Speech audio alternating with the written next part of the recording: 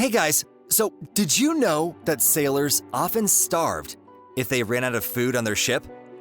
But why didn't they just toss fishing nets over?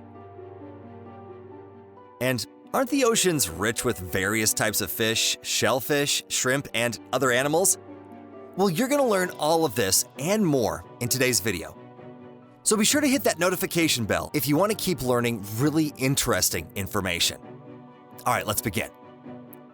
So often when you're reading books about travel, you can find evidence that sailors often went hungry and even suffered from scurvy.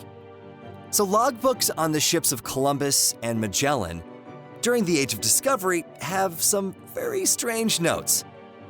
They describe the bountiful fishing catches, but then also say that the fish weren't edible.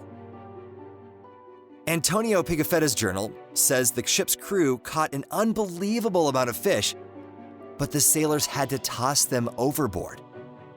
There are also notes about the deaths of 40 sailors on that ship. Now, naturally, when catching wild fish, the sailors were surprised, but never ate them. They only paid attention to fish they already knew. But death could even come from a well-cooked tuna or perch that they all knew. See, most sailors held on to the idea that only poisonous fish could be dangerous, and predatory fish couldn't harm a human. But that's actually not true, since any fish, predatory or not, can be poisonous. Now, there's also various ways to check if a fish is edible or not. Spanish sailors had an interesting method. We know the Spanish were extremely religious, so they bathed the fish in holy water and also put a silver cross or coins in their fishing nets. Now, if the silver changed colors, then the fish was considered inedible and was tossed overboard. Other sailors had other ways of checking fish. After catching a fish, they would put it on the deck and see if flies came to it.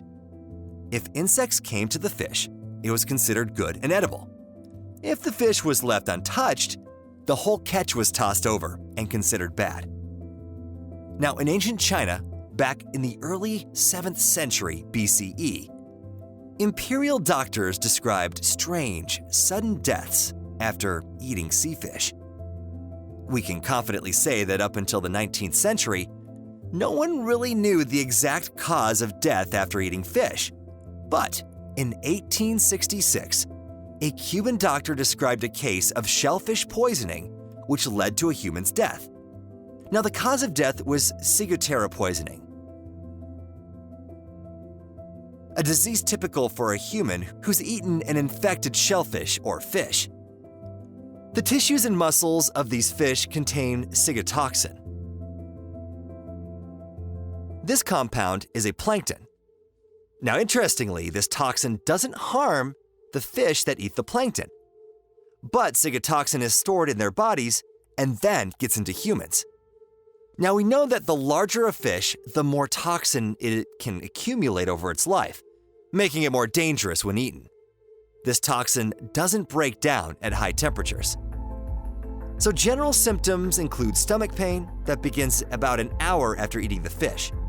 The poison then spreads throughout the body, but the body will try to fight it, causing diarrhea and intense nausea. After that, the circulatory and respiratory systems are disrupted and can even fail. And if the first symptoms aren't reacted to quickly enough with the proper immediate medical assistance, it can be lethal.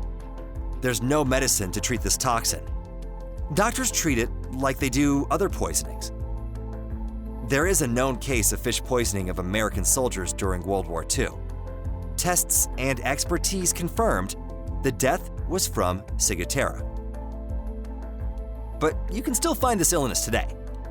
About 50,000 people suffer from this disease every year. And this statistic isn't really accurate since not everyone goes to get medical care, so they may even be more cases than that. Additionally, every person has a unique body, and the same disease can affect different people differently. The seas and oceans take up a lot of space on our planet, and they aren't fully studied. So scientists suppose that the ocean has places where so-called oligotrophic creatures live. They're made up of a low amount of nutrients to support the biomass. These parts of the ocean generally are in the center of the subtropics. This is where the winds change from constant western currents that blow eastward to the trade winds that blow westward. So they create vortices, but the wind is still in these places.